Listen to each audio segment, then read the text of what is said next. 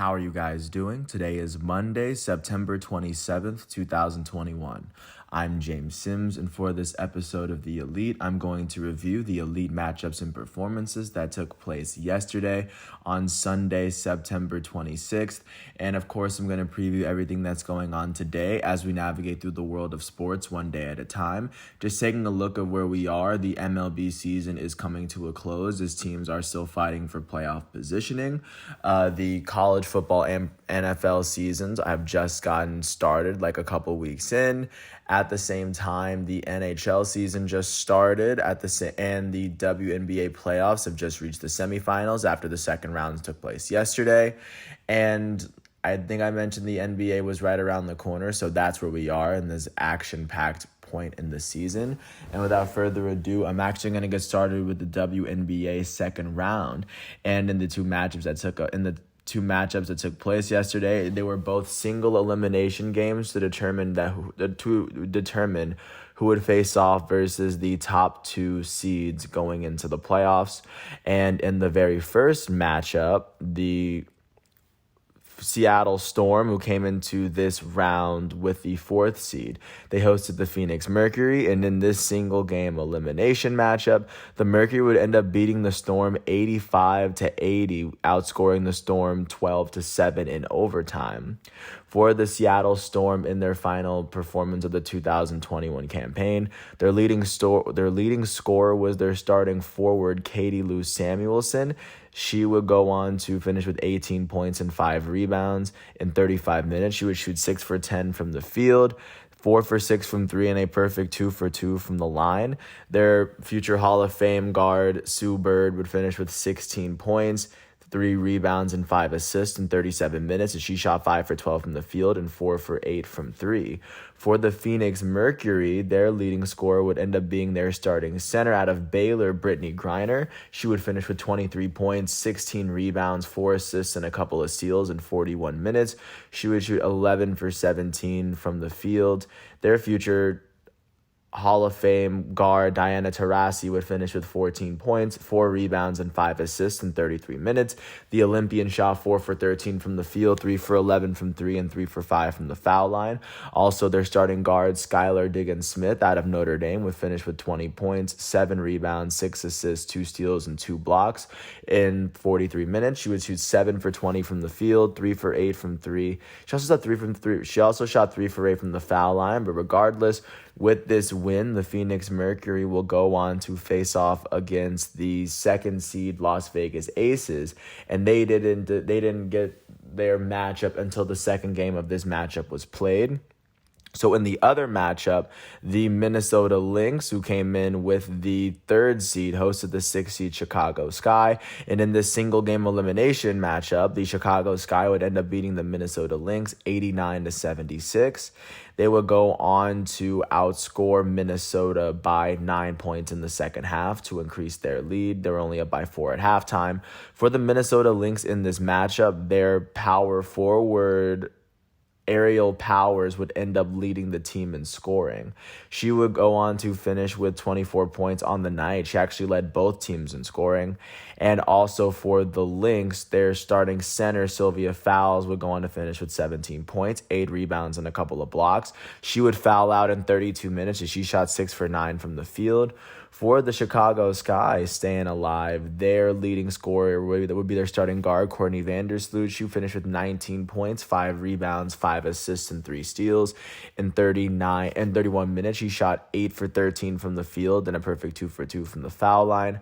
Also in their starting lineup, their starting guard, Kalia Copper, would go on to finish with 16 points and 10 rebounds in 29 minutes, shooting 6 for 11 from the field. With this win, the 6th seed Chicago Sky will face off against the 1st seed Connecticut Sun in the semifinals. And of course, this will be a best-of-5 matchup. The very first matchups for the WNBA playoffs will be on Tuesday. As on Tuesday, the Sky are going to face off against the Sun in Connecticut. And then at 10, the Las Vegas Aces are going to host the Phoenix Mercury. But of course, as we get to Tuesday, I'm going to preview what's going on there. And of course, I'm going to do an individual piece for the WNBA round. But with that said, that's what the WNBA playoff is looking right now, as the field has shrunk from 6 teams competing for the title, now is down to 4.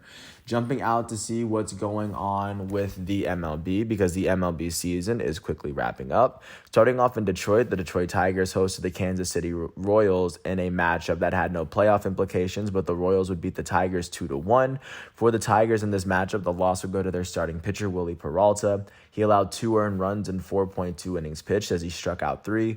With this loss, Willie Peralta is 4-4 on the season. In the Tigers batting lineup, their second baseman in this matchup, Isaac Paredes would go 2-for-3 with an RBI. He would have the Tigers' only RBI for the day. And then for the Kansas City Royals, the win would go to their starting pitcher, Kris Bubic.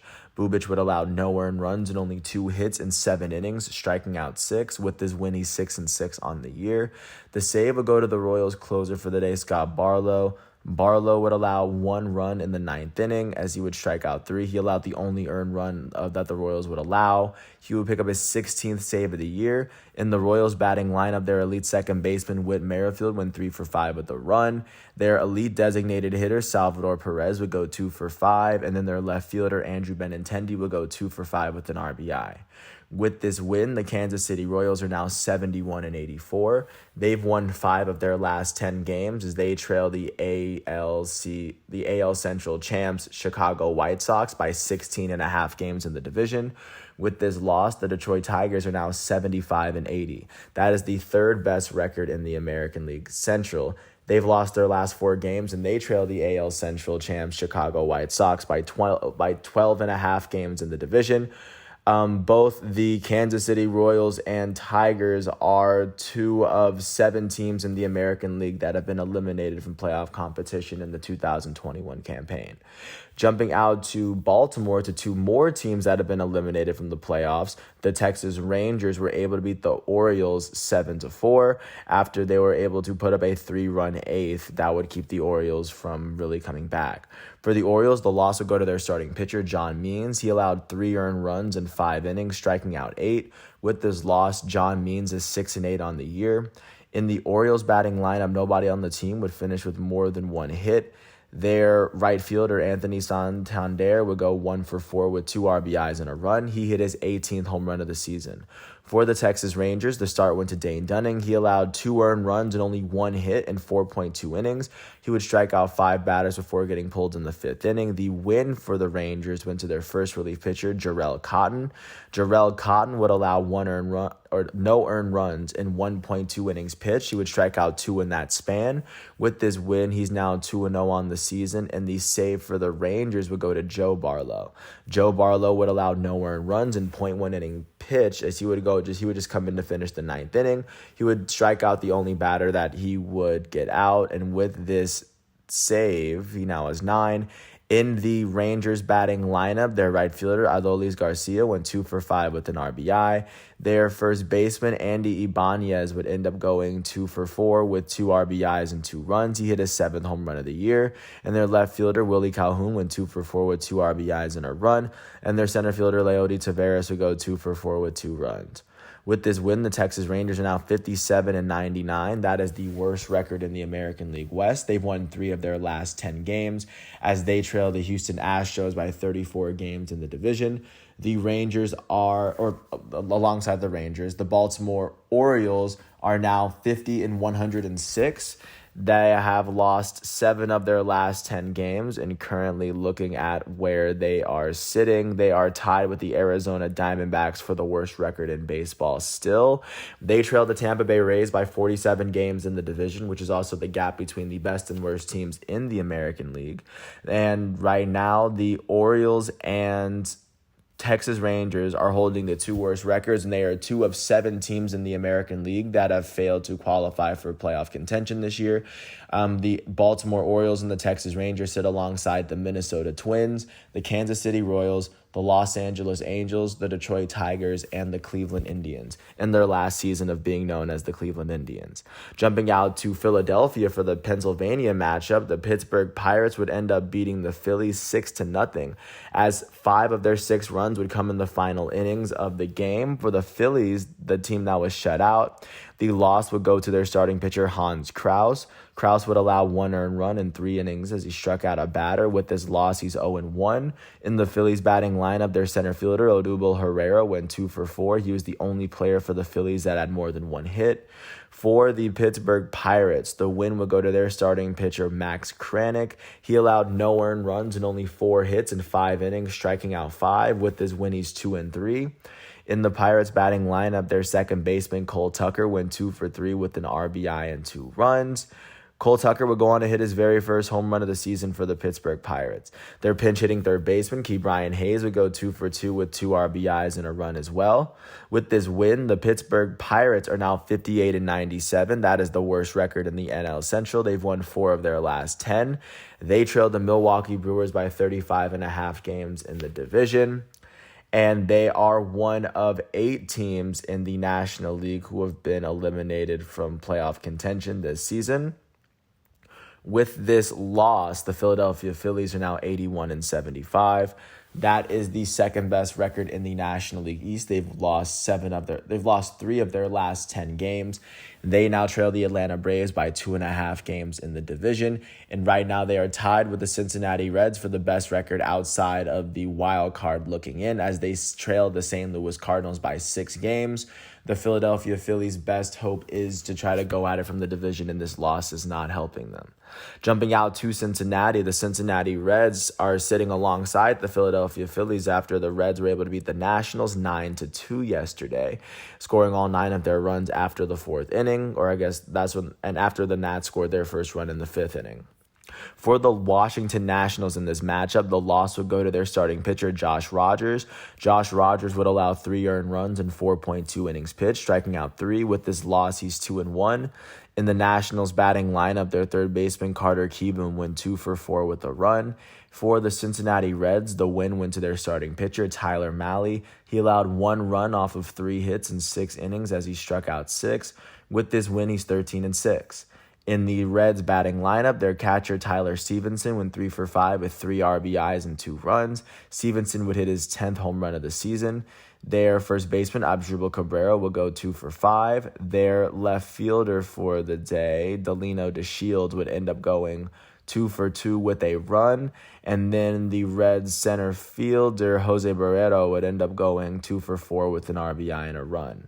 Additionally, the Reds' right fielder, Nick Castellanos, would go 1 for 4 with an RBI and 2 runs. He would hit his 32nd home run of the year. With this win, the Cincinnati Reds are 81-75. That is the 3rd best record in the National League Central. They've won their last 3 games, and they've won 6 of their last 10. They are now trailing the NL Central champs, Milwaukee Brewers, by 13 games in the division, and they trailed the St. Louis Cardinals by 6 games in the wild card, as the Reds, alongside the Phillies, are they're holding the first seeds on the outside looking in, as they are both 1 game away from being eliminated from wild card contention. With this loss, the Washington Nationals are now 64-92. That is the worst record in the National League East. They've lost their last 3 games, and they've lost 6 of their last 10. They trail the NL East leading Atlanta Braves by 19.5 games in the division. The Nationals are one of 8 teams that have been eliminated from playoff contention in the National League.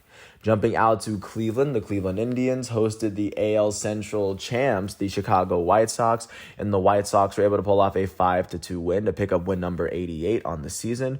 For the Cleveland Indians, the loss would go to their starting pitcher, Tristan McKenzie. He allowed 3 earned runs in 2.1 innings pitched. He would strike out 3 on the day. With this loss, McKenzie is 5-8 on the year. In the Indians batting lineup, their center fielder, Miles Straw, went 4 for 5 with an RBI. Their left fielder, Harold Ramirez, would go 2 for 4 with an RBI and a run. Harold Ramirez would go on to hit his 7th home run of the season. And then for the Chicago White Sox, the win would go to their starting pitcher, Lucas Giolito. He allowed no earned runs, and he allowed 5 hits in 6 innings, striking out 6. With this win, Lucas Giolito is 11-9. The save would go to the White Sox elite closer, Liam Hendricks. He would allow no earned runs in the ninth inning as he struck out a batter. This would be his 36th save of the year. In the Chicago White Sox batting lineup, their second baseman, Leury Garcia, went 2 for 5 with an RBI and a run. Their catcher, Yasmani Grandal, went 3 for 4 with an RBI, and their third baseman, Yoan Moncada, went 2 for 4. With this win, the Chicago White Sox are 88-68. That is the best record in the AL Central, as they've already clinched their division. They are one of two teams that are currently holding on into a playoff spot in the American League. They've won 5 of their last 10 games. They sit 11.5 games ahead of the second place Cleveland Indians in their division, with about 5-6 games left in their season.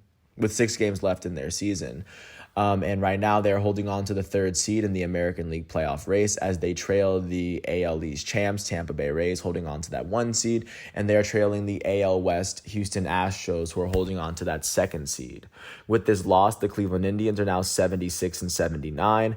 That is the second best record in the American League Central, as they've lost 5 of their last 10.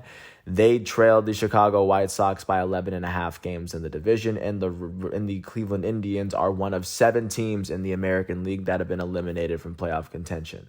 Jumping out to Tampa Bay, Florida, the Rays hosted the Miami Marlins from up the road, and the Rays would beat the Marlins 3-2 as they scored all 3 of their runs in the first 5 innings before the Marlins would score their first run in the 7th.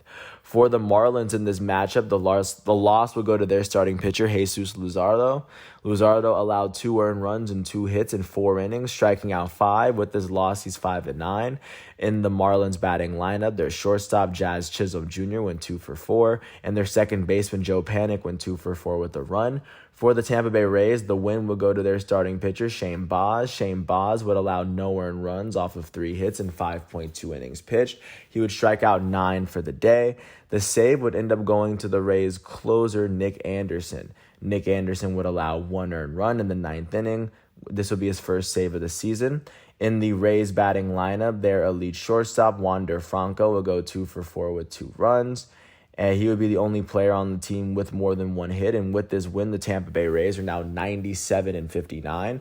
That is the best record in the American League, and that is the the third best record in all of baseball, behind the Giants and the Dodgers. They've won their last 4 games, and they've won 7 of their last 10. They've already clinched the American League East, and with this, they are holding one of 2 already secured playoff spots in the American League as of right now. They sit 8 games ahead of the second place New York Yankees in the division, and right now they're holding the number 1 seed in the American League playoff race, sitting ahead of the 2nd seed Houston Astros, leading the AL West, and they're sitting ahead of the 3rd seed Chicago White Sox, who already won their division at this point. With this loss, the Miami Marlins are now 64-91. That is the 4th best record in the National League East. They've lost their last 5 games, and they've lost 7 of their last 10. They now trail the division-leading Atlanta Braves by 19 games in the division, and the Marlins are one of the 8 National League teams that have been eliminated from playoff contention, especially with this loss. Jumping out to Minneapolis, the Minnesota Twins hosted the Toronto Blue Jays, as the Blue Jays were able to beat the Twins 5-2 and at least get better positioning for themselves within the playoff race. For the Minnesota Twins in this matchup, the loss would go to their starting pitcher, Griffin Jax. Jax allowed 4 earned runs in 5 innings, striking out 2. With this loss, he's 3-5. In the Twins batting lineup, their right fielder, Max Kepler, went 2 for 4. He was the only player on the team that had more than 1 hit. For the Toronto Blue Jays, the win would go to their starting pitcher, Alek Manoah. He allowed 2 earned runs in 5.2 innings. He would strike out 8 batters before getting pulled in the 6th inning, and with this win, he's 8-2. The save would end up going to the Rays closer, Jordan Romano. He allowed no earned runs in 1.1 innings pitched, as he would finish out the 8th and pitch the entire 9th. He would strike out 3 batters in that span, and with this save, he now has 21 on the year. In the Blue Jays batting lineup, their designated hitter, George Springer, would go 3 for 4 with an RBI and a run, as he hit his 19th home run of the year. Their all-star shortstop, Bo Bichette, went 2 for 4 with a run as well. And with this win, the Toronto Blue Jays are now 87-69. That is the 4th best record in the American League East. They've won their last 2 games, and they've won 4 of their last 10. They won 5 of their last 10. They trail the Tampa Bay Rays by 10 games in the division as they sit 1 game behind the Boston Red Sox for that second American League wildcard spot, just to show how close the second, third, and fourth seeds are in the American League playoff picture. And at this moment, the Blue Jays are the first team on the outside of the American League picture looking in. With this loss, the Minnesota Twins are now 69-87. That is the worst record in the AL Central. They've lost their last 2 games. They've lost 5 of their last 10. And the Twins trail the AL Central champs, Chicago White Sox, by 19 games in the division. The Twins are one of 7 teams that have been eliminated from the AL wildcard picture. Jumping out to Milwaukee, the Milwaukee Brewers hosted the New York Mets. The Brewers would end up beating the Mets 8-4 after scoring 5 of their 8 runs in the first couple innings. For the New York Mets, the loss would go to their starting pitcher, Carlos Carrasco. Carrasco would allow 5 earned runs in 4 innings as he struck out 3. With this loss, he's 1-4. In the Mets batting lineup, their right fielder, Michael Conforto, went 2-4 with a run. Their elite shortstop, Francisco Lindor, went 1-4 with an RBI and a run as he hit his 18th home run of the year. Their elite second baseman, Javier Baez, would go 2-4 with 2 RBIs. And then for the Milwaukee Brewers, the win will go to their starting pitcher, Framber Valdez. He would allow 4 earned runs in 5.1 innings pitched as he struck out 5. With his win, he's 10-5. And in the Brewers batting lineup, there's shortstop Willy Adames went 2-4 with 3 RBIs and 3 runs. He would go on to hit his 24th home run of the season. And then their center fielder Lorenzo Cain would go 2-4 with a run. With this win, the Milwaukee Brewers are now 94-62.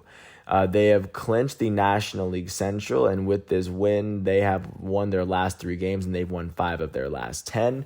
They sit 7 games ahead of the second-place St. Louis Cardinals in the division, and they hold 1 of 3 already clinched playoff spots in the National League. In the playoff picture, they trail the first seed San Francisco Giants, who sit out west, and they sit ahead of the Atlanta Braves, who are holding the 3rd seed as they currently are leading the National League East. Speaking of the East, with this loss, the New York Mets are now 73-82. That is the 3rd best record in the National League East. They've lost their last 5 games. They've lost 9 of their last 10. They trail the Atlanta Braves by 10 games in the division, and they are one of the 8 teams in the National League that have been eliminated from playoff contention. Jumping out to Chicago, the Chicago Cubs were still unable to put a fire out on the St. Louis Cardinals hot streak, and the Cubs would go into the top of the 8th, leading the Cardinals 2-1. The Cardinals would tie it at 2 thanks to a solo home run from Harrison Bader. The Cardinals would take the lead at the top of the 9th off of a wild pitch from Cody Hoyer, and then Tyler O'Neill's ground out would double the Cardinals' lead, making it 4-2 for the Cardinals to pick up win number 87. For the Chicago Cubs, the start was given to Keegan Thompson. Keegan Thompson allowed 1 earned run in 3 innings pitched as he struck out 7. The loss, however, was given to the Cubs closer, Cody Hoyer. He pitched the entire 9th inning, allowing 2 earned runs and striking out a batter. With this loss, he's 7-4. In the Cubs batting lineup, their center fielder, Rafael Ortega, will go 2-3. And then for the St. Louis Cardinals, the start will go to Jake Woodford. He allowed 2 earned runs in 5.1 innings pitched.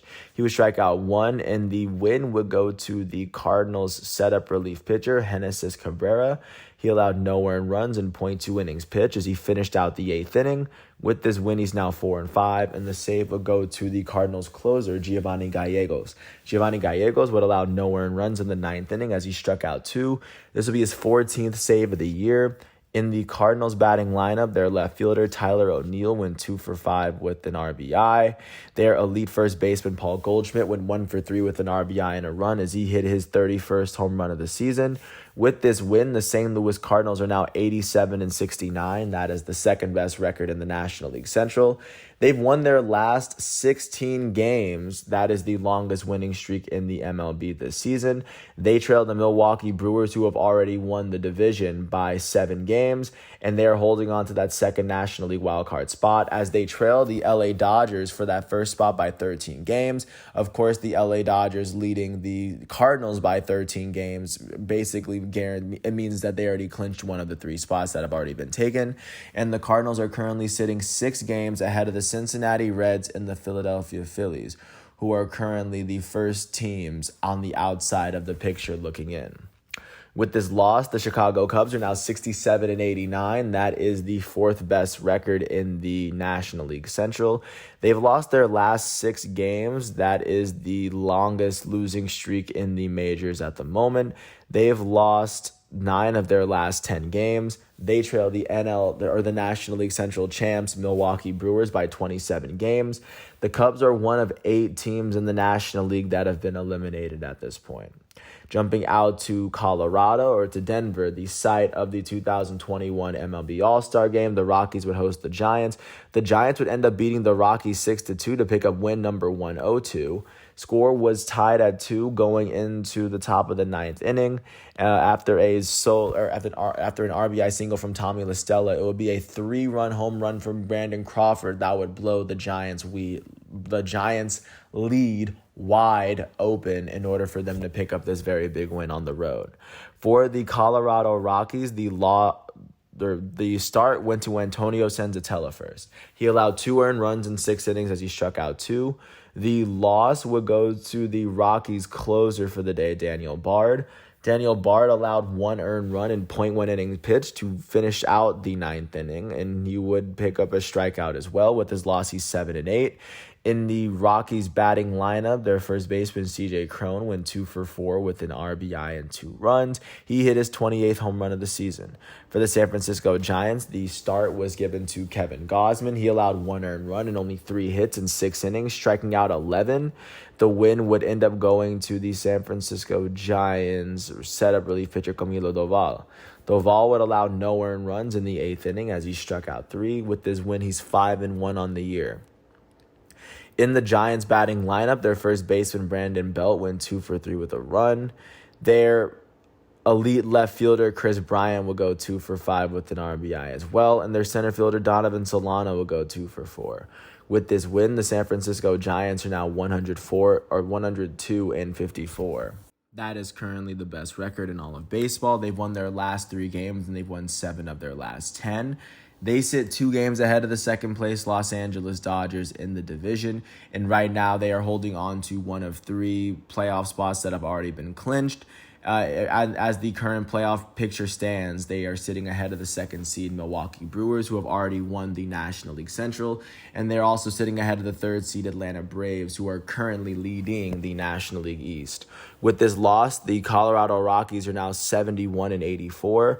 That is the 4th best record in the National League West. They've lost their last 4 games, and they've lost 6 of their last 10. They trail the San Francisco Giants by 30.5 games in the division. And the Rockies are one of 8 teams that have been eliminated from playoff contention in the National League. Jumping up to the Bay Area, the Oakland Athletics hosted the Houston Astros. And in this matchup, the Athletics would end up beating the Astros 3-4. The winning run was scored by the Athletics. They will go on to walk this game off in the bottom of the 9th thanks to an RBI single from Mark Canha. For the Houston Astros in this matchup, the start went to Jake Odorizzi. Odorizzi allowed 1 earned run in 4 innings as he struck out 2. The loss would go to the Astros setup relief pitcher, Ryan Stanek. Stanek would allow 1 earned run in 1.1 innings pitched as he would start the 8th inning. He would not necessarily finish it. And then for the Astros in their batting lineup, their elite 3rd baseman, Alex Bregman, will go 2 for 4 with an RBI and a run as he hit his 11th home run of the season. Their first baseman, Yuli Gurriel, will go 2 for 4 with an RBI. And then the Astros center fielder, Jose Citi, would end up going 2 for 4 with an RBI. For the Oakland Athletics, the start was given to Paul Blackburn. Blackburn allowed 1 earned run in 5 innings as he struck out a batter. The loss was given to the A's closer, Lou Trevino. Lou Trevino allowed no earned runs in the 9th inning as he struck out 2. In the A's batting lineup, their left fielder Mark Canha went 2 for 5 with 2 RBIs, including the game-winning one. Also, their second baseman Tony Kemp went 3 for 4 with an RBI and a run. With this win, the Oakland Athletics are now 85-71. That is the 3rd best record in the American League West. They now have won their last 3 games, and they've won 6 of their last 10. They trailed the division-leading Houston Astros by 6 games, as they also trailed the Boston Red Sox by 3 games for that second American League wildcard spot. The A's are sitting in the 3rd spot on the outside looking in, as they also trailed the Toronto Blue Jays and the Seattle Mariners in that race too. With this loss, the Houston Astros are now 91-65. That is the best record in the American League West. They are the only American division leader that hasn't won their division yet. They've lost their last 4 games, and they've lost 5 of their last 10. They sit 5 games ahead of the second place Seattle Mariners within their own division. And in the American League playoff picture, they are still holding on to the 2nd seed, sitting behind the 1st seed Tampa Bay Rays, who've already won the East. And they still sit ahead of the Chicago White Sox, who are holding the 3rd seed, who just won the AL Central. Jumping out to not Los Angeles, but to Anaheim, the Los Angeles Angels hosted the Seattle Mariners. The Mariners would end up beating the Angels 5-1. The Angels would score the first run of the game in the 2nd inning. The Seattle Mariners would tie the game in the top of the 7th thanks to a solo home run from Jared Kelenic. The top of the 8th, Mitch Haniger would lead it off with an RBI single to give the Mariners a one-run lead. And then Jake Fraley would clear the bases with a double to increase the Mariners' lead from 1-4. For the Los Angeles Angels in this matchup, the start was given to their all-star starting pitcher, Shohei Ohtani. Ohtani allowed one earned run and 5 hits in 7 innings pitched as he struck out 10. The loss would go to their Angels' first relief pitcher, Jose Quijada. Quijada would go on to allow 2 earned runs in 0.1 inning pitch as he would strike out 1 before he would get pulled in the 8th inning. With this loss, he's now 0-2.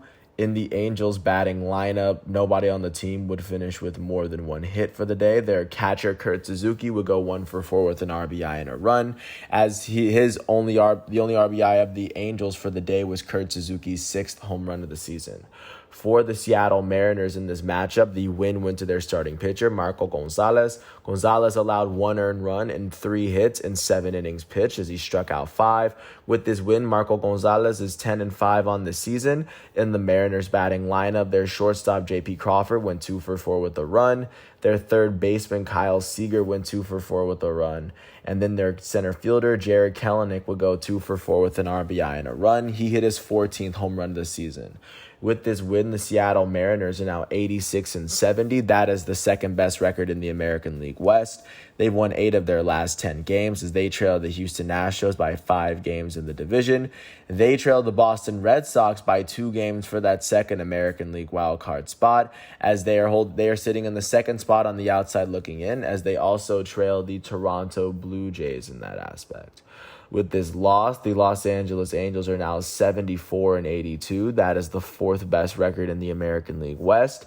They've lost 8 of their last 10 games as they trail the Houston Astros by 17 games in the division. The Angels are one of 7 teams in the American League that have been eliminated from playoff contention. Jumping out to Phoenix, the Arizona Diamondbacks hosted the defending World Series champs LA Dodgers. The Dodgers would beat the Diamondbacks 3-0, and in addition to shutting the Diamondbacks out, the Dodgers would go on to be the 2nd team in the major leagues to cross the 100-win threshold, all before the Diamondbacks would pick up their 51st win. For the Arizona Diamondbacks in this matchup, the loss would go to their starting pitcher, Humberto Mejia. Mejia would allow 3 earned runs in 2.2 innings as he struck out a batter. With this loss, he's 0-3. In the Diamondbacks batting lineup, their right fielder, Henry Ramos, would go 2-for-4. He was the only player on the team that had more than 1 hit. And then the win for the Los Angeles Dodgers would go to their starting pitcher, Julio Urias. He allowed no earned runs and 5 hits in 5 innings pitched as he struck out 3.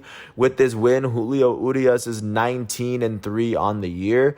The save would go to the Dodgers closer, Kenley Jansen. Jansen would allow no earned runs in the 9th inning as he would go on to strike out 2 batters. This would be his 36th save of the year. And in the Dodgers batting lineup, their elite shortstop, Corey Seager, went 2-for-4 with 2 RBIs and 2 runs. He would go on to hit his 11th and 12th home runs of the season with his 2 hits. Their all-star second baseman, Trey Turner, went 2-for-4 with an RBI and a run. Trey Turner would hit his 25th home run of the year. With this win, the LA Dodgers are now 156. That is the second best record in all of baseball. But unluckily for the Dodgers, that is the second best record in the National League West. They are one of 3 teams that have already clinched a spot in the National League playoff picture, as they've won 7 of their last 10 games. They trailed the San Francisco Giants by 2 games in the division, but they are holding on to that number 1 spot in the wild card, sitting 13 games ahead of the second place St. Louis Cardinals, the very same Cardinals that have won their last 16 games. With this loss, the Arizona Diamondbacks are now 50 and 106. That is the worst record in the National League, and they are tied with the Orioles for the worst record in all of baseball.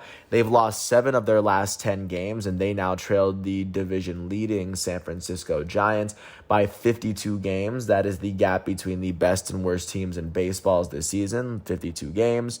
And the Arizona Diamondbacks are one of 8 teams in the National League that have not qualified for playoff contention this year. They sit alongside the Pittsburgh Pirates, the Washington Nationals, the Miami Marlins, the Chicago Cubs, the Colorado Rockies, the New York Mets, and the San Diego Padres as of right now.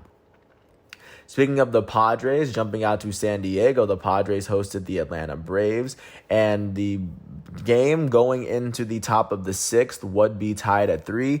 The Atlanta Braves would break the tie with an RBI double from Orlando Arcia, and the Braves would win the game 4-3. For the San Diego Padres, the start would go to Joe Musgrove. He allowed 3 earned runs in 5 innings, striking out 9. The loss would go to the Padres' first relief pitcher, Pierce Johnson. He allowed 1 earned run in the 6th inning as he was unable to strike out a batter. With this loss, he's 3-4. In the Padres batting lineup, their all-star second baseman, Adam Frazier, would go 2-for-5 with a run. Their first baseman, Jake Cronenworth, would go 3-for-4 with 2 RBIs and a run as well. He would hit his 7th double of the season, and for the Atlanta Braves, and a win that they needed to win, the start was given to Jesse Chavez. Chavez only pitched 1.1 inning. The win would end up going to the Braves' third relief pitcher on the day, A.J. Minter. A.J. Minter would allow no earned runs in 0.1 inning pitched.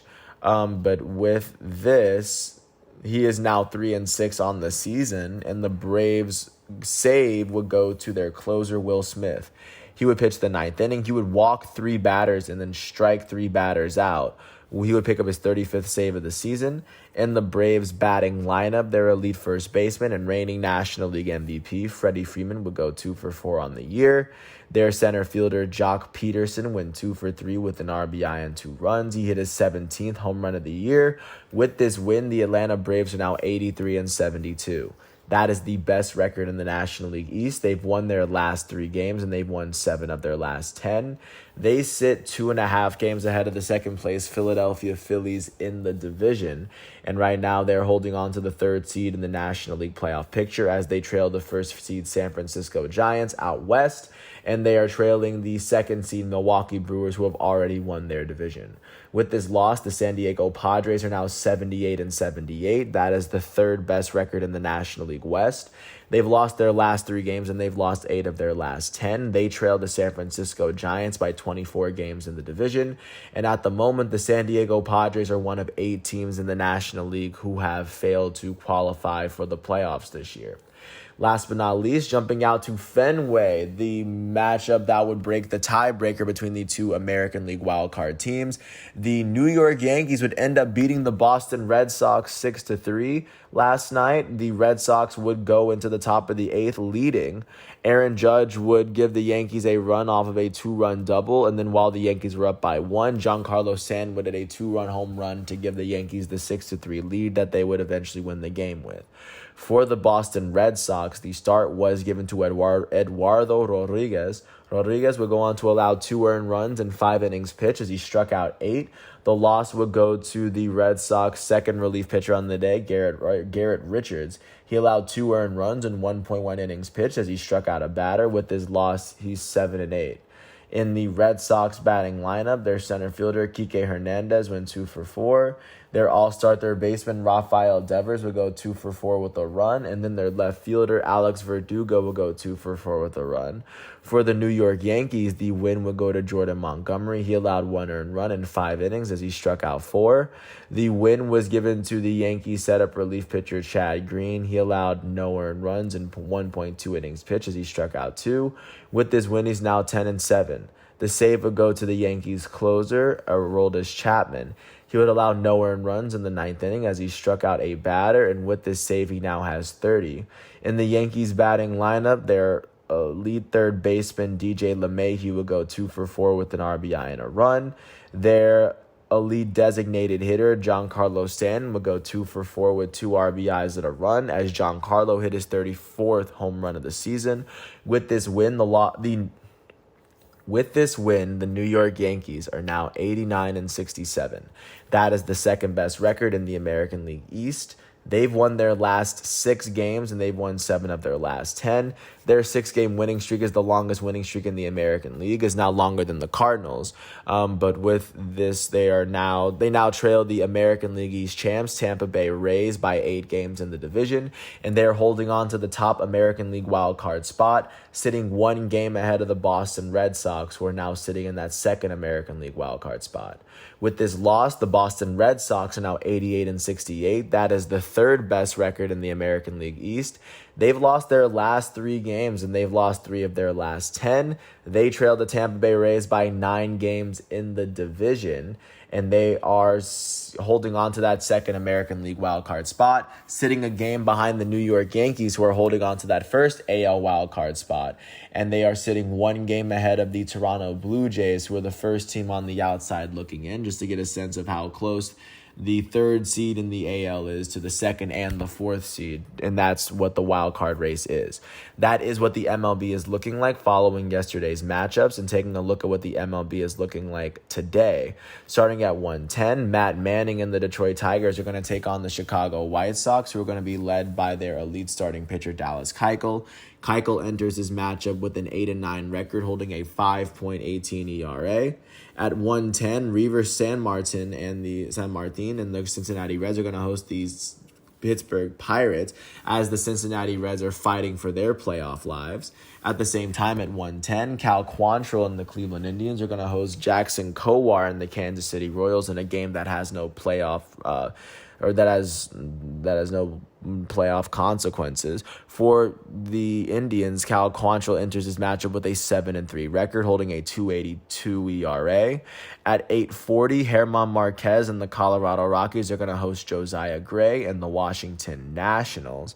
And then last but not least, at 10:10, it'll be the fight for the second best record in the American League West, as the Seattle Mariners, led by Chris Flexen, are going to host the Oakland Athletics, led by Cole Irvin. Cole Irvin looks to take the mound with a 10-14 record, holding a 3.99 ERA. Chris Flexen will take his home pitching mound with a 13-6 record, holding a 3.56 ERA. Taking a look at what's going on in the NFL, yesterday was the 3rd Sunday of the season. Taking a look at what's going on, starting with the 1 o'clock games, starting off in the city of Buffalo. The Buffalo Bills hosted the Washington football team and were able to put up a 43-21 win after they went on to outscore Washington 27-14 in the first half. For the Washington football team, their starting quarterback, Taylor Heineke, would throw for 212 yards, 2 touchdowns, and 2 picks. He also ran for 21 yards and a touchdown on the ground. That would give him 233 total yards of offense. Their leading receiver, Antonio Gibson, was also their leading rusher. He had 31 yards on the ground, and he had 73 yards on 1 reception and a touchdown. That would be 104 total yards of offense for him. On the defensive side of the ball for Washington, their leading tackler, Cole Holcomb, had 14. Kendall Fuller would finish with 10 tackles on the day. And for the Buffalo Bills, their elite starting quarterback, Josh Allen, would complete 32 of his 43 passes. He would throw for 358 yards and 4 touchdowns. On the ground, he ran for 9 yards and an additional touchdown. He would have 367 total yards of offense and 5 touchdowns. Their leading receiver, Cole Beasley, would have 98 yards on 11 receptions. Their leading touchdown receiver, Emmanuel Sanders, he had 94 yards on 5 receptions as he had 2 touchdowns. Their elite wide receiver, Stephon Diggs, would have 62 yards on 6 receptions for himself. On the defensive side of the ball, Tremaine Edmonds, their elite linebacker, would lead the team in tackles as he would have 7. Matt Milano would finish with 6 tackles and a fumble recovery. Jordan Poyer would finish with one of the team's interceptions, and the other would go to Micah Hyde. With this win, the Buffalo Bills are now 2-1. That is the best record in the AFC East for the time being. And with this loss, the Washington football team is now 1-2. That is the second best record in the NFC East at the moment. Jumping out to New York, the New York Giants hosted the Atlanta Falcons, and the Atlanta Falcons were able to beat the New York Giants in the final seconds off of a last-second field goal from their elite kicker, Younghoe Ko. Especially after the Giants were leading 14-7 at one point in the game. For the New York Giants, their starting quarterback Daniel Jones added Duke would throw for 266 yards and then run for an additional 39. That would be 305 total yards of offense for him. Their elite running back Saquon Barkley had 51 yards on 16 carries and a touchdown. Through the air, Saquon had 43 yards on 6 receptions. That's 94 total yards of offense. On the defensive side of the ball for New York, their leading tackler was Tay Crowder. He had 11 tackles on the day. The team would finish with 3 sacks. For the Atlanta Falcons in their first win, their elite starting quarterback, Matt Ryan, would complete 27 of his 36 passes, throwing for 243 yards and 2 touchdowns. Their leading receiver was Cordero Patterson. He had 82 yards off of 6 receptions. On the defensive side of the ball for Atlanta, their leading tackler was Foyesade Olakun. He had 14 tackles. And Deion Jones, their other linebacker, would finish with 13 tackles on the day. With this win, the Atlanta Falcons are now 1-2. That is currently the worst record in the NFC South. And with this loss, the New York Giants are now 0-3. That is the worst record in the NFC East at the moment. Jumping out to Cleveland, the Cleveland Browns hosted the Chicago Bears, and in Justin Fields' debut as the starting quarterback, the Browns would end up sacking him a total of 9 times and just welcoming the elite young quarterback to the NFL. For the Bears, their elite young starting quarterback, Justin Fields, would complete 6 of his 20 passes, throwing for 68 yards. He also ran for 12 yards on the ground. He had 80 total yards of offense. On the defensive side of the ball for the Bears, their leading tackler was Roquan Smith. He would have 9 on the day. And the Chicago Bears as a whole will combine for 5 tackles as their elite defensive end. Khalil Mack's 2 tackles would be 2 sacks. Robert Quinn would have 2 tackles on the day as he finished with a sack and a half. For the Cleveland Browns in this matchup, their starting quarterback, Baker Mayfield, would throw for 246 yards and a touchdown. He also ran for an additional 31. That would be 277 total yards of offense. Their leading rusher was their elite running back, Nick Chubb. He would have 84 yards on 22 carries. Additionally, their other rusher, Kareem Hunt, would have 81 yards on 10 carries and a touchdown. He had 74 yards through the air, so he would go on to combine for 155 total yards of offense. Their leading receiver was Odell Beckham Jr. He had 77 yards off of 5 receptions. On the defensive side of the ball, their leading tackler was their elite defensive end, Myles Garrett. He would have 7 tackles on the day. He had 4.5 sacks for himself. Their former number 1 overall pick, Jadeveon Clowney, would finish with 3 tackles as he had 2 sacks for himself. Like I said, Cleveland had 9 sacks on the day against Justin Fields. With this win, the Cleveland Browns are now 2-1. They are tied with the Cincinnati Bengals and the Baltimore Ravens for the best record in the AFC North. And with this loss, the Chicago Bears are now 1-2.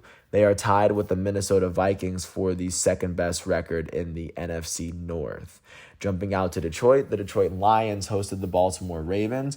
The Ravens were able to beat the Lions 19-7 to ensure that the Lions' first win of the season would not come against them.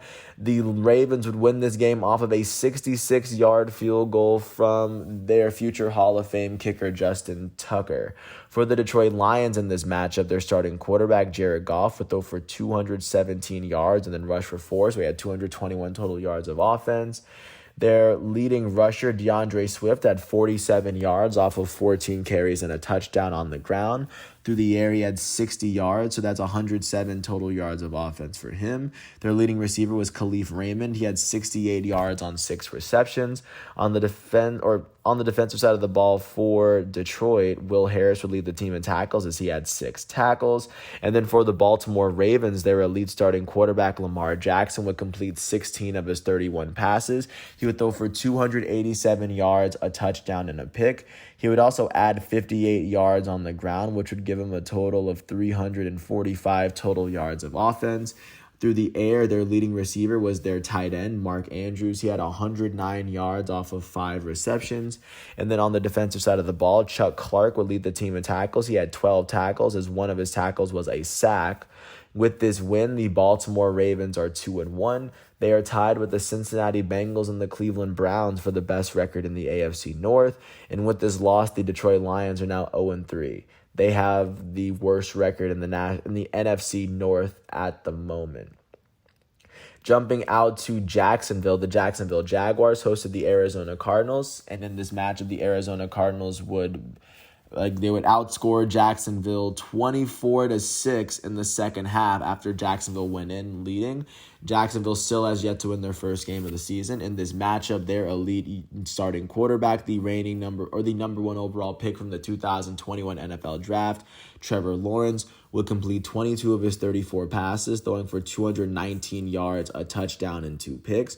He also ran for 27 yards. That would give him a total of 246 total yards of offense on the day. Their leading rusher was their elite running back, James Robinson. He had 88 yards on 15 carries and a touchdown. He had 46 yards through the air as well. That would go on to finish. So he would go on to finish with 132 total yards of offense and, of course, a touchdown. Their leading receiver, Marvin Jones Jr., had 62 yards on 6 receptions. And then on the defensive side of the ball, their leading tackler was Miles Jack. He had 10 on the day as the team did not even finish with a sack. Andrew Wingard would have 7 tackles as he had an interception. And then for the Arizona Cardinals, their elite starting quarterback, Kyler Murray, would lead the way. He would complete 28 of his 34 passes, throwing for 316 yards. He also threw for a pick. He would run for 19 yards on 7 carries on the ground with a touchdown. He would finish with 335 total offensive yards on the day. Their leading rusher, James Conner, had 43 yards on 11 carries and 2 touchdowns. Their leading receiver, A.J. Green, had 112 yards off 5 receptions, and Christian Kirk had 104 yards on 7 receptions. On the defensive side of the ball for Arizona, Jordan Hicks would finish with 12 tackles on the day as he had a sack. He had one of their 2 sacks on the day. Additionally, Chandler Jones would finish with 3 tackles and a recovered fumble. With this win, the before I even get to it, their defensive back, Byron Murphy Jr., would finish with 2 picks, one of his picks being a pick 6. And, of course, add on to the fact that he had 4 tackles on the day. With this win, the Arizona Cardinals are 3-0. They are tied with the Los Angeles Rams for the best record in the NFC West. And with this loss, the Jacksonville Jaguars are 0-3. They are tied with the Indianapolis Colts for the worst record in the AFC South. Jumping out to Kansas City, the reigning AFC champs hosted the LA Chargers. And in this matchup, the Chargers were able to beat the Chiefs 30-24 to give a good scare to one of the league's best. The Chargers would end up outscoring the Chiefs 16-7 in the fourth quarter and able to overcome them in the end to pick up the win. For the Chiefs, their elite starting quarterback, Patrick Mahomes, would complete 27 of his 44 passes, throwing for 260 yards, 3 touchdowns and 2 interceptions. He would run for an additional 45 yards, so that's 305 total yards of offense. Their leading rusher was Clyde Edwards-Helaire, as he would run for 100 yards on 17 carries. He had 9 yards through the air and an additional touchdown, so that's 109 total yards of offense and a touchdown. Their leading receiver was their elite tight end, Travis Kelce, as he had 104 yards on 7 receptions. Their elite wide receiver, Tyreek Hill, would finish with 56 yards on 5 receptions. On the defensive side of the ball, Daniel Sorensen and Nick Bolton would tie for the team high in tackles, as they both had 7 for the day. And then for the Los Angeles Chargers, their elite starting quarterback, Justin Herbert, would complete 26 of his 38 passes, throwing for 281 yards and 4 touchdowns. He also ran for 16 yards, so that's 297 total yards of offense. Through the air, their leading receiver was Mike Williams out of Clemson. He had 122 yards on 7 receptions, as he had 2 touchdowns. Their leading rusher, Austin Eckler, had 55 yards on the ground on 11 carries. He had 52 yards through the air and a touchdown. That's 107 total yards of offense with his touchdown. Also, their elite wide receiver, Keenan Allen, had 50 yards on 8 receptions, as he had a receiving touchdown as well. On the defensive side for LA, Nasir Adderley would lead the team in tackles, as he had 9 tackles on the day for himself. Alohi Gilman would finish with an interception to go along with his 7 tackles. And then Asante Samuel Jr. would pick up yet another interception for the Chargers, as he had 2 tackles. With this win, the Los Angeles Chargers are 2-1.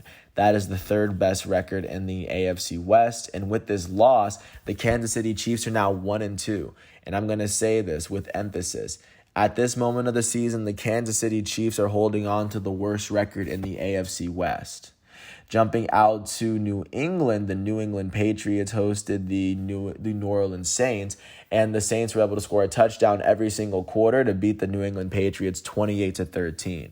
For the Patriots, their rookie starting quarterback, Mac Jones, would throw for 270 yards, a touchdown, and 3 picks. He was also the Patriots' leading rusher, as he had 28 yards on the ground. So he would combine for 298 total yards of offense for New England. Through the air, their leading receiver was Kendrick Bourne. He had 96 yards on 6 receptions and a touchdown. Also, Jacoby Myers would finish with 94 yards on 9 receptions. On the defensive side for New England, their leading tackler was Jawan Bentley. He had 7 tackles. Matt Judon would finish with 3 tackles, as he had 2.5 sacks of the team. The team would end up with 3 on the day. For the New Orleans Saints, their starting quarterback, Jameis Winston, would throw for 128 yards and 2 touchdowns. He would also run for 4 yards. Their leading rusher was their elite running back, Alvin Kamara. He had 89 yards on 24 carries. Also, he had 29 yards through the air and a touchdown. That would go on to combine for 118 total yards of offense and a touchdown, of course. On the defensive side of the ball for New Orleans, their leading tackler was their elite corner, Marshawn Lattimore. He had 10 tackles on the day. He also had a pick. Their safety, Malcolm Jenkins, would go on to finish with 7 tackles, as he would go on to finish with a pick 6. P.J. Williams had an interception as well. C.J. Gardner-Johnson had 5 tackles, as he had a sack as well, as the Saints defense was humming on all sides. With this win, the New Orleans Saints are now 2-1. They are tied with the Tampa Bay Buccaneers for the 2nd best record in the NFC South. With this loss, the New England Patriots are 1-2.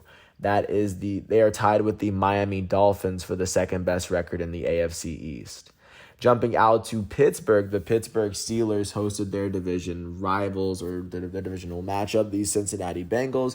The Bengals would end up beating the Steelers 24-10, as they scored in all the first 3 quarters, basically holding the Steelers, or just sucking the life out of the Steelers, constricting them defensively. For the Steelers in this matchup, their elite starting quarterback, Ben Roethlisberger, would complete 38 of his 58 passes, throwing for 318 yards, a touchdown, and 2 picks. Their leading rusher, Najee Harris, would finish with 40 yards on 14 carries on the ground. Through the air, Harris had 102 yards on 14 receptions. That's 142 yards of offense. Chase Claypool would finish with 96 yards on 9 receptions through the air for Pittsburgh as well. And then on the defensive side, their leading tacklers were Joe Schobert, Terrell Edmonds, and Cameron Hayward, as they all finished with 5 tackles on the day. Pittsburgh would finish with no sacks, but Terrell Edmonds would finish with the only interception that the Steelers would log. For the Cincinnati Bengals, their starting quarterback, Joe Burrow, the number 1 overall pick from the 2020 NFL Draft, would throw for 172 yards, 3 touchdowns, and a pick. He also ran for 7 yards. That's 179 total yards of offense. Their leading rusher, Joe Mixon, had 90 yards on 18 carries. Through the air, Jamar Chase would finish with 65 yards on 4 receptions as he had 2 touchdowns. On the defensive side of the ball for Cincinnati, their leading tackler was Logan Wilson. He had 14 tackles on the day. Logan Wilson would also go on to finish with 2 interceptions for Cincinnati. With this win, the Bengals are now 2-1. They are tied with the Baltimore Ravens and the Cleveland Browns for the best record in the AFC North. With this loss, the Pittsburgh Steelers are 1-2. They are in sole possession of the worst record in the AFC North at the moment. Jumping out to Nashville, the Tennessee Titans hosted the Indianapolis Colts, and the Titans made sure that the Indianapolis Colts were not going to get their first win on their home field. The Titans would end up outscoring the Colts 14-10 in the first half and then 11-6 in the second. For the Indianapolis Colts in this matchup, the start would go to Carson Wentz. He would throw for 194 yards on the day, and then through the air, their leading receiver was Michael Pittman. He had 68 yards through the air. On the defensive side of the ball, Julian Blackmon would finish with 11 tackles on the day.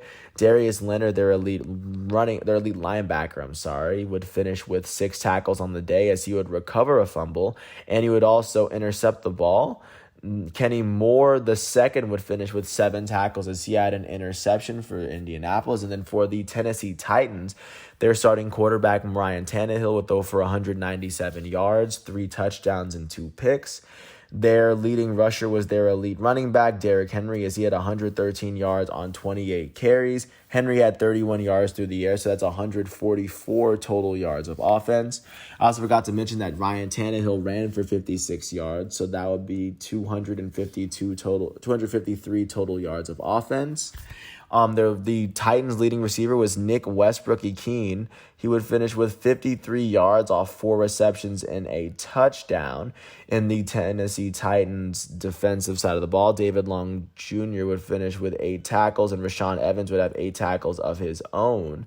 Ola Adeniyi would finish with 4 tackles as he had a sack and a half, and with this win, the Tennessee Titans are now 2-1. That is the best record in the AFC South. And with this loss, the Indianapolis Colts are now 0-3. They are tied with the Jacksonville Jaguars for the worst record in the AFC South. Jumping out to Denver, the Denver Broncos hosted the New York Jets, and the Jets were able to get shut out for the second week in a row. Denver would win this one 26-0 for the Jets in this matchup. Their starting quarterback, the number 2 overall pick from the 2021 NFL Draft, Zach Wilson, would throw for 160 yards and 2 picks. He also ran for 2 yards, so that's 162 yards of total offense. On the defensive side of the ball for New York, their leading tackler was C.J. Mosley out of Alabama. He had 10 tackles on the day. Quentin Williams out of Alabama would finish with 4 tackles and a sack and a half. For the Denver Broncos, their starting quarterback, Teddy Bridgewater, would throw for 235 yards and also run for 24. That would be a combination of 259 yards of offense. Their leading tackler, Melvin Gordon III, had 61 yards on 18 carries and a touchdown. He had 21 yards through the air. That's 82 yards of offense. Their leading receiver was Tim Patrick, who had 98 yards on 5 receptions. And then looking at the defensive side of the ball for Denver, Alexander Johnson and Pat Surtain would finish with 5 tackles. Alexander Johnson had 2 sacks. And then on the defensive through the air, Caden Stearns and Justin Simmons would finish with the 2 interceptions for the Broncos. With this win, the Broncos are now 3-0 to start their season. They are tied with the Las Vegas Raiders for the best record in the AFC West.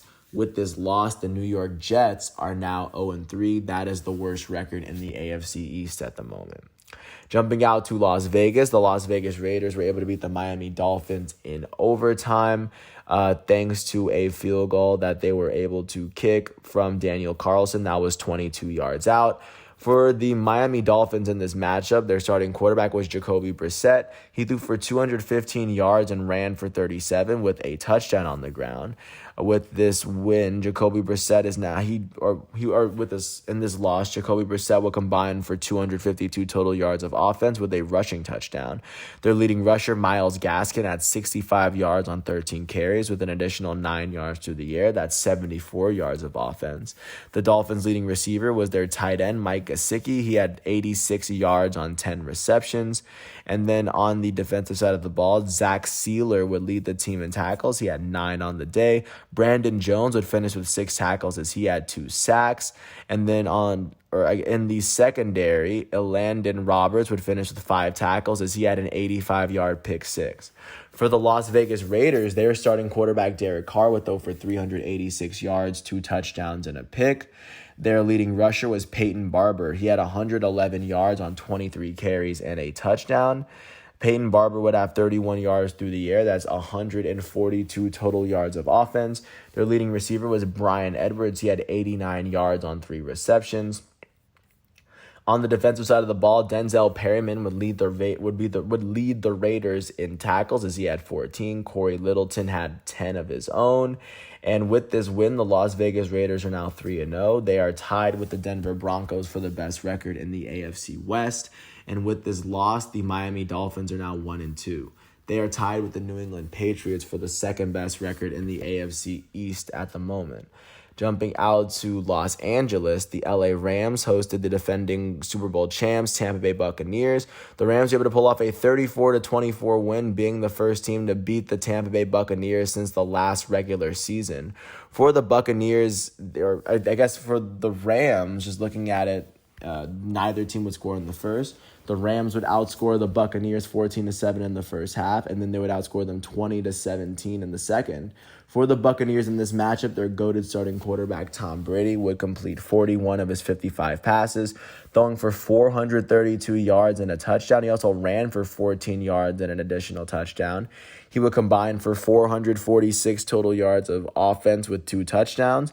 Their leading receiver was their elite wide receiver, Mike Evans. He had 106 yards on 8 receptions. Their tight end, Rob Gronkowski, would finish with 55 yards on 4 receptions as he had a touchdown as well. On the defensive side of the ball, their elite linebacker, Devin White, would finish with 7 tackles as he led the team in tackles. And then for the Los Angeles Rams, their starting quarterback, Matt Stafford, would throw for 343 yards and 4 touchdowns. Their leading rusher was Shoney Michel. He had 67 yards off of 20 carries. Through the air, their leading receiver was Deshaun Jackson. He had 120 yards off of 3 receptions and a touchdown. Cooper Kupp would finish with 96 yards off 9 receptions and 2 touchdowns. On the defensive side of the ball, Kenny Young had 10 tackles as he would finish with a sack.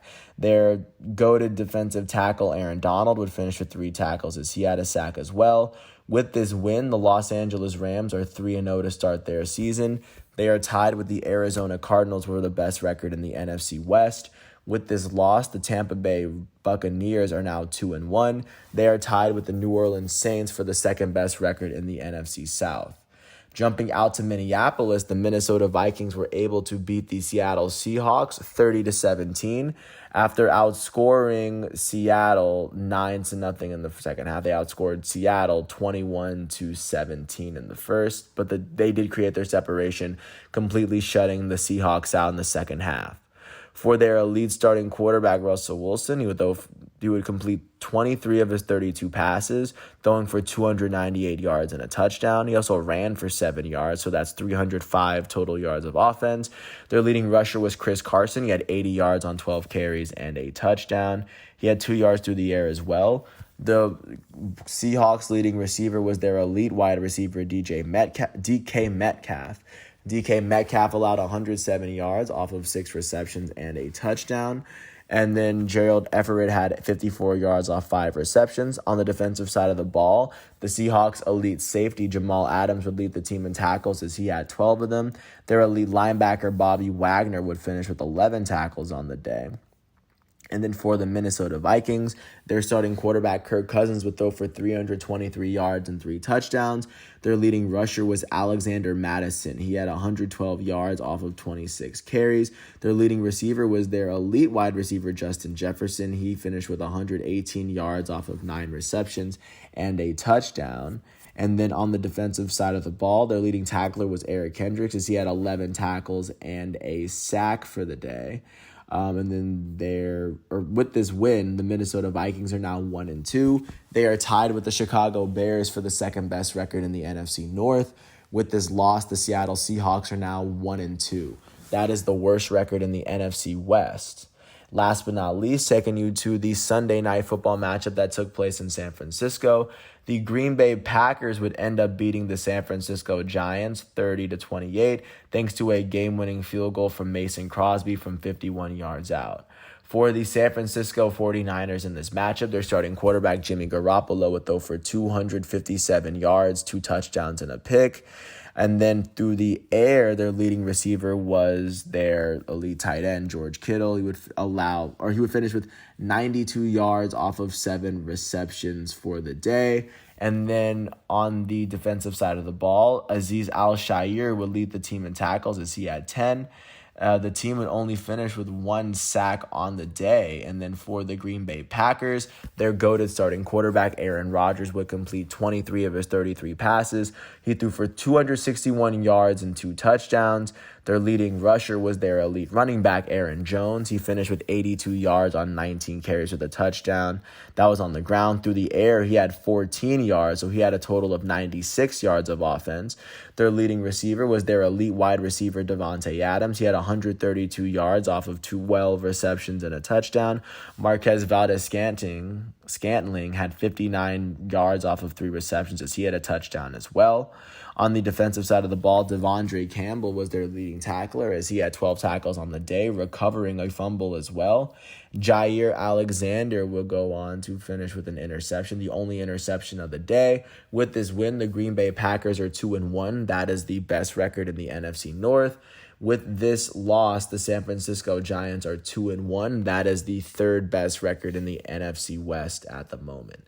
That is what the NFL is looking like following yesterday's matchups, and taking a quick look at what the NFL is going to be looking like for today. The Monday night matchup will be taking place at 8:15 on ESPN as the 1-1 Dallas Cowboys are going to take on the 1-1 Philadelphia Eagles. Of course, looking out into the NFC North division, the 3rd best team, Washington football team, is 1-2. So the winner of this matchup would take the crown of the NFC East for the time being. So that is what football is looking like within the states. Taking a look at what football looks like outside of the states, taking a look at the soccer matches from yesterday. Starting in the Premier League, there was the North London Derby as Arsenal hosted Tottenham. Arsenal would end up scoring all 3 of their goals in the first half, as Tottenham's only goal would come in the second half, off from their elite Korean forward, Son Heung-min.